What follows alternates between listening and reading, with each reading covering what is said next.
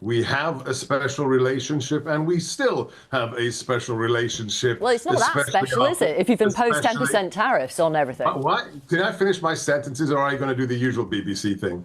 From a Okay, lab, you but don't it's like them. a Let me give you. pangolin. Let me give you Is some this the more then. same? Again, you're doing it again. Stop, No, okay? you don't No, like no, them. you let me respond, or you don't invite me on your show. It's that simple. Can I respond? Go ahead. The Liberal meltdown over Trump's tariffs is crazy to watch, and nowhere is it more evident than in this interview. Remember, the British Liberal establishment, which includes the government and most politicians and the mainstream media, are more aligned with the Democrats. They see Trump as a fascist who stands for everything they hate. And it is from that position they are trying to have a working relationship with him because they have no choice as he's the president of America. And now Trump is president, all these woke liberals are talking about patriotism and putting Britain first. It's all a lie. They have spent their entire careers as globalists who hate the idea of national pride and borders. They are now terrified because Trump is threatening their liberal world order. That's what they care about, not Britain as a nation. This is not about Britain versus America to them. It's about global liberalism versus fascism in their minds. I think that is why so many Trump supporters hate dealing with the British media. I will admit this guy comes across not very well. He seems a really angry dude in all honesty. He's rude and arrogant to the host who he talks down to. He obviously knows he's dealing with hostile media. I know nothing about economics and tariffs, but if the UK is putting 10% tariffs on American goods, it seems perfectly reasonable to me they put 10% on our goods. That is what he keeps trying to tell the host, who doesn't take it in, and that's why he loses his patience. And boy, does he lose his patience. Let's face it, some of the stuff Trump has been saying about making Canada the 51st state seems totally crazy. Though I've heard Brits saying they'd sooner us be the 51st state than have this anti-British Starmer government in power. But the problem here is these liberals are so triggered by Trump, it makes it incredibly difficult for them to put their feelings aside and conduct an unbiased interview. Take a listen. We have a special relationship, and we still have a special relationship. Well, it's not that special, is it? If you've imposed 10% tariffs on everything. What? Can I finish my sentences, or are you going to do the usual BBC thing? Go right ahead. So you're after Brexit, you've reaffirmed your independence, and I think that is being proven today by the special rate that has been afforded to the UK. So we should be grateful here in the UK. Businesses here should be grateful. Would you like to have the EU tariff level instead? Well, some people here don't really understand why there's any 10% tariff at all, considering the trading relationship between the US and the UK is balanced.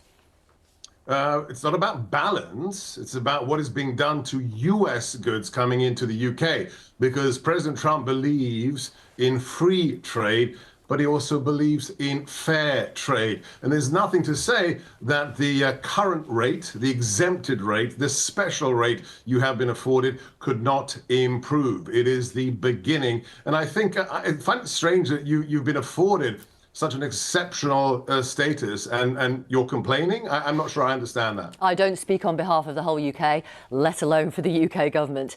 Has President... Oh, sorry, just let me check then. So what does the UK need to offer the US in order to either bring that 10% down or eliminate it altogether? It's not complicated. It's very, very simple.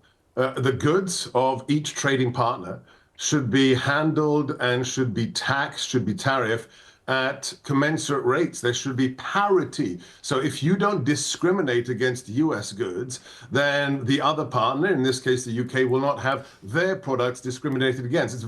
It's very, very simple. A kindergartner should be able to get that. So we need to get rid of VAT on the US goods that we sell here?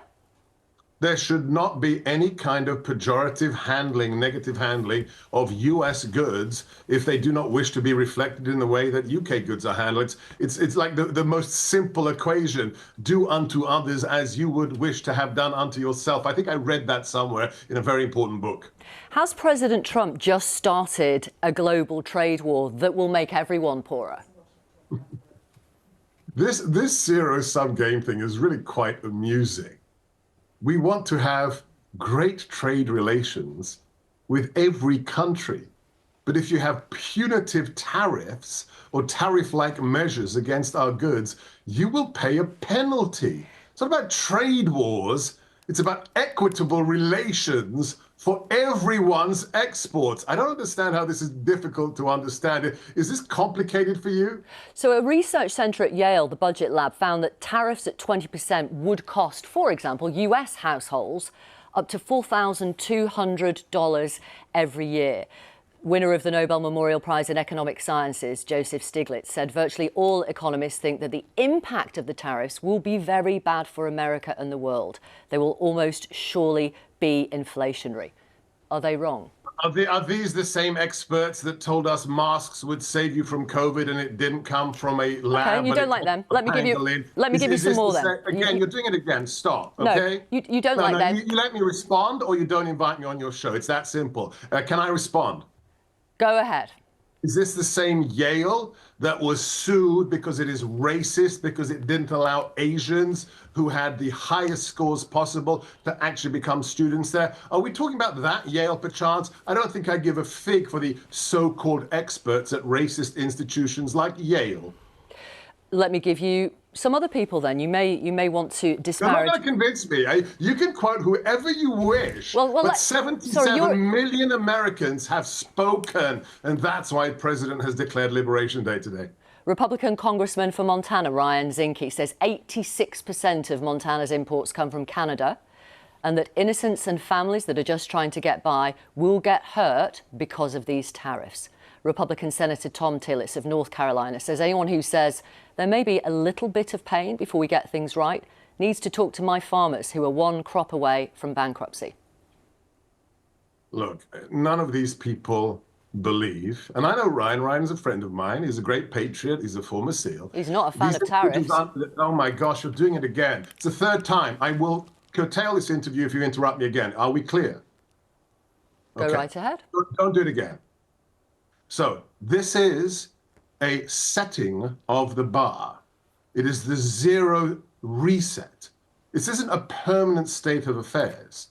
This is a measure by which those who are using punitive tariffs against our goods are sent a shot across the bow economically and say, hey, stop it. Otherwise, your goods will be treated the same way. This isn't carved in stone. This isn't forever. This is the beginning of the realization for those who have practiced unfair trade relations to reset things. Ryan, I'm sorry, you're a friend of mine, but you're wrong, because this isn't a permanent measure, because we expect normal nations and wise governments to say, okay, we're not going to treat US goods in a punitive fashion, therefore we will have fair trade between our nations. And let's remind the world, my boss was president before for 4 years, and it saw an incredible growth in the US economy to the biggest economy the world had ever seen, with trading partners who actually enjoyed the benefits of that incredible economic growth. Although,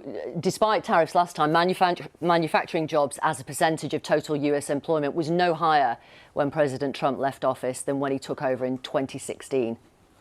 Yeah, the growth of the economy, however, was absolutely astronomical and resulted in the largest economy the world had ever seen. And now that we've secured the border, and now that we're shipping illegals out of the country, it's going to mean jobs for Americans. We'll see. Thank you very much, Sebastian Gorka. Thanks for